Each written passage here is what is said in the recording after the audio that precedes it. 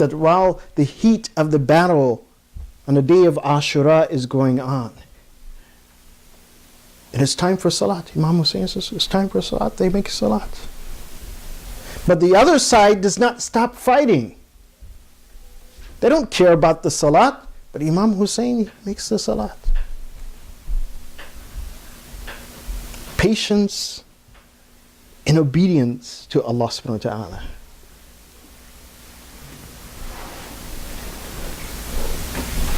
Patience anil ma'asiyah. Patience in order to stay away from sin. The entire mission of Imam Hussein, the entire plight of Imam Hussein, when he knew that it was his duty to stand up and to rise, he did so. Because as he stated, that he was doing amr bil ma'ruf wa nahy anil munkar. This is one of the greatest obligations that believers, they have upon their shoulders, to enjoin good and to forbid what is wrong, and not to fear. Of course, it has its rules, its ahkam, that when it should be done, how it should be done, is the method that it should be done. Imam Hussein, he knew all of this, and he knew that this was a moment that you cannot be silent upon.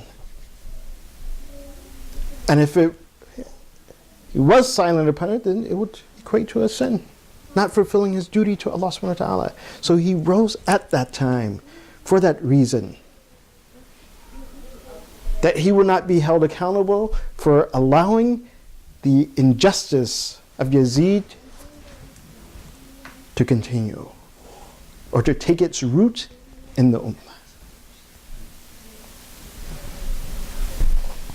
So this is with regards to patience.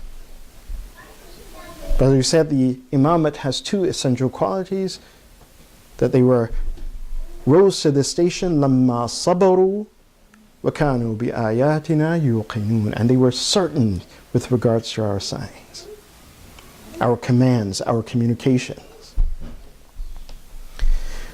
With regards to certainty, many of these scholars, and also we find this in the riwayat of Ahlul Bayt alayhim afdalus salatu wassalam as well, they say that there are three types of certainty. Yaqeen. Ilmul yaqeen, certainty of knowledge. Aynul yaqeen, certainty in perception. And haqqul yaqeen, which we can say is absolute certainty.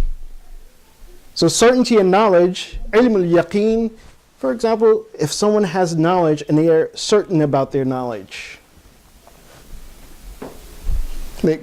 Most scholars, or at least those who are scholars of logic and philosophy, they often give the example of fire.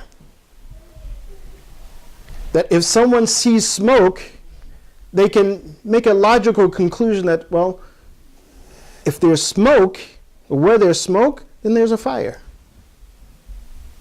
So they'll make an assessment based on knowledge, what they know about fire, that fire often produces smoke.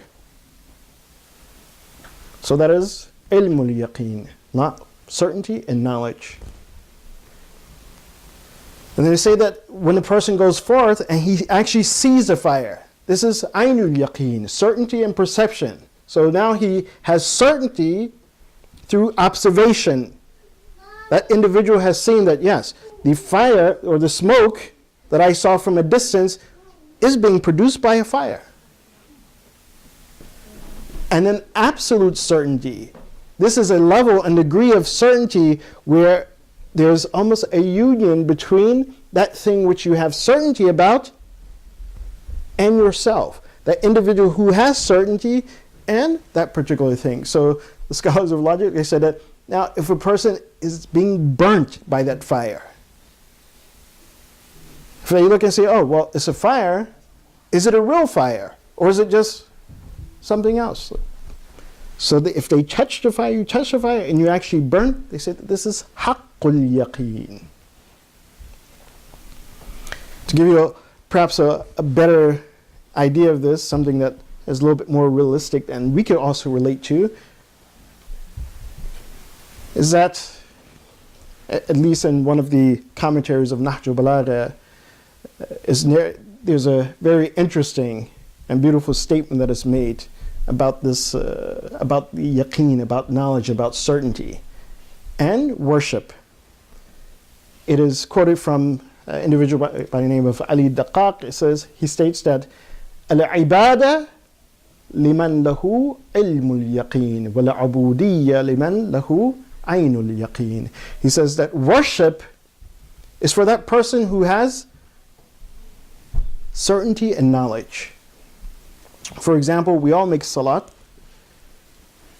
And so when we make salat, we may have understanding of the rules of salat. We stand, we make our takbir, we go into ruku. Of course, we make our recitations, we go into ruku. This is certainty and knowledge. When we just have the knowledge, we've read about the salat. We've read about the salat. We haven't actually done the salat, but we've read about it. So that would be certainty and knowledge. And then if we go forth, again, in our process of learning, we see someone actually making the salat, what we've read about. So now that book knowledge that we have obtained, we see it practiced. Someone is actually doing it. We see them doing it. This is aynul yaqeen, certainty and perception. Certainty that, yes, what I read as far as the rules of the salat and how the salat should be made, then I see this. So he says that worship is for someone who has certainty and knowledge. And servitude is for someone who has certainty and perception. But one may ask about, what about haqqul yaqeen? Of course, he perhaps perceived that aynul yaqeen was the person who's actually making the salat. But the reason why I am not interpreting it this way, because he left out one of the aspects of yaqeen, and that's the certainty or absolute certainty. Haqqul yaqeen. And subhanAllah, this is where we see the wisdom and the knowledge of Ahlul Bayt. This is where we see that yes, they are the Imams, they are the inheritors of the knowledge of Rasulullah. Because if you want to understand haqqul yaqeen in worship and in servitude to Allah subhanahu wa ta'ala, then let me take you to the du'as of Imam Zain al-Abidin alayhi afdhalu salatu wassalam.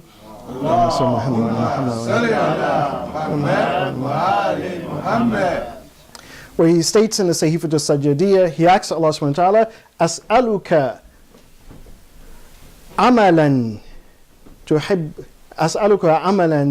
tuhibbu bihi man amila bih. I ask you for an action, works, deeds, that you love those individuals who perform these deeds.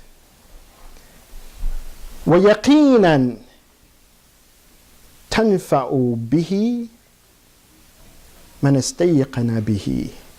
And I ask you for that certainty that it benefits, and you benefit that individual who has such certainty. And then he explains what type of certainty is that benefits that individual who has that certainty. He says, حَقَّ الْيَقِينِ فِي نَفَاذِ أَمْرِكِ. He says, absolute certainty that that individual is fulfilling your command. In other words, that individual, not only is he worshiping, to put it in the context of worship, that he's worshiping, and as he's making the salat, he knows that this is the salat that Allah subhanahu wa ta'ala wants. He knows that this is the type of salat with its focus, with its actions, with its recitation, with its tawajjuh, as they say, with its connection to Allah subhanahu wa ta'ala, that I am absolutely certain that this is the salat that Allah subhanahu wa ta'ala, He would accept from me. This is the salat which the Prophet, he spoke about, that salatu mi'rajul mu'min, that salat is the ascension of the believers. This is the salat which Allah subhanahu wa ta'ala, He speaks about in the Quran, as-salatu tanha anil fahsha'i wal munkar. That salat, it hinders or it prevents the person from engaging in things which are wrong. So he's asking that this is the yaqeen, the certainty, absolute certainty in fulfilling the command of Allah subhanahu wa ta'ala. And where do we get this from? We get this from the Ahlul Bayt alayhim afdalu salatu wassalam.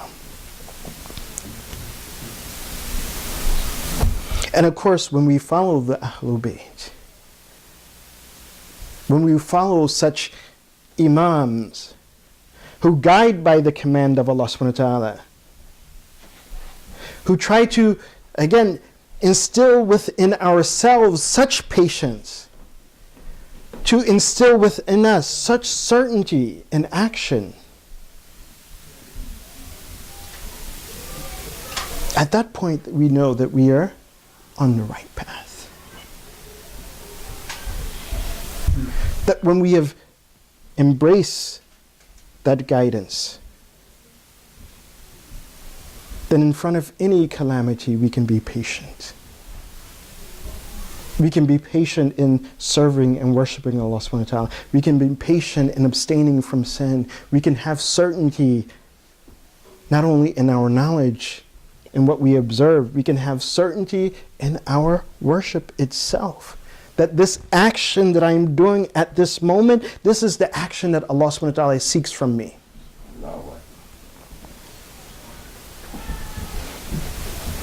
And if we have not gained that at this moment, it's never too late.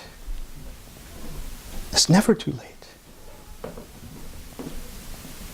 We must act upon that, again, that knowledge that we have of certainty, that certainty of knowledge. Not allow it just to be stagnant. Oh, well, I know that this is right. We must act upon that. And this is one of the lessons that we gain from the plight of Imam Hussein. This is one of the lessons we gain from seeing what happened and that journey to Karbala. We see this in the example of Hur ibn Yazid al-Riyahi, who was known as one of the bravest fighters in Kufa at the time. Someone who, again, he thought that he was fulfilling his duty, that Yazid was appointed as the Khalifa, as the Emir, as the Imam, or whatever. So he said, okay, he's been commissioned to go and to stop Imam Hussein, to take him towards Kufa, and then eventually stop him on the outside of Kufa in Karbala. But all the while, he knew who Hussein ibn Ali, he knew who Imam Hussein alayhi salatu was. He knew the status of Imam Hussein. He had ilm al-yaqeen, but at one moment he was not acting upon that knowledge, his certainty of knowledge that this is the grandson of Rasulullah. This is someone that Rasulullah loved. This is someone who is the inheritor of the Prophet. That he has the knowledge of Rasulullah. But he did not act upon that when he was taking Imam Hussein, when he guided Imam Hussein to Kufa. But it is reported that at one point he began to realize this. And he realized that he needed to act upon this knowledge that he had, this understanding he had.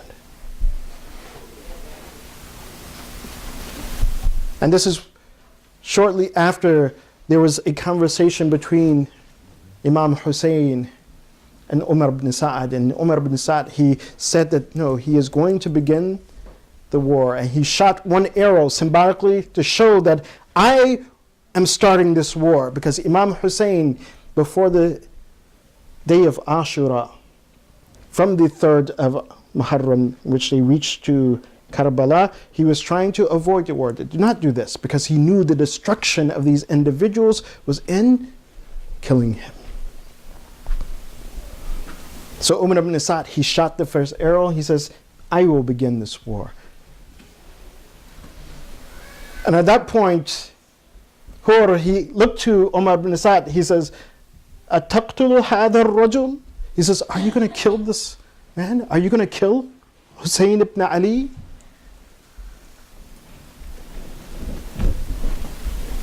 And Umar ibn Sa'd, he says, yes, I will kill him. And then, listen to what Hur, he said to Umar ibn Sa'd. He says, وَمَا بِفَضَائِلِهِ? And what about the greatness of this man? We all know that Hussein ibn Ali, he is the grandson of Rasulullah. We know that there is no one more knowledgeable than he is. What about the great character that Hussein has? Even with this, you will still kill Hussein ibn Ali? Ibn ibn Sa'd, he responded, he says, yes. He said, it's not me, but he says, I am being commanded by our leader. Speaking about